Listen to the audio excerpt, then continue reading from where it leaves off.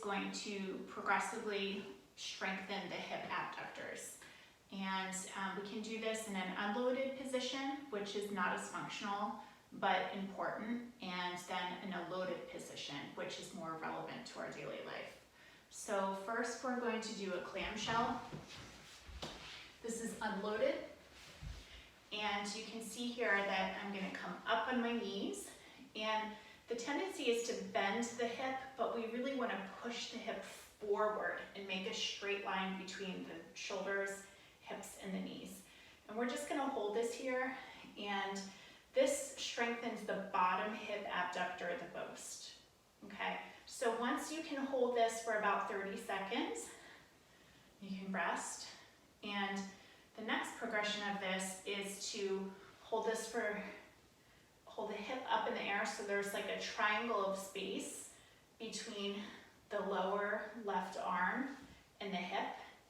And you want to bring the top leg up and down in this position. And you think you're strengthening the top hip, but you're really strengthening the bottom hip.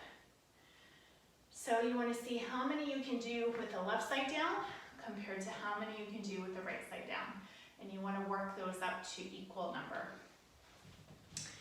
The next part of level 1 is going to be doing a loaded exercise. And you can see here, it's just a step. So say my right hip was problematic and I wanted to strengthen it. I'm going to stand on the right hip just while I'm going toe touch to the step and down again. And when I go up with the foot, you want to kind of look in a mirror and make sure both hips are stacked on top of where your knees would be. And so you don't want this. And you also don't want the hip to fall down like this. You want kind of like a box. So keeping that box, bringing the foot up and down, up and down.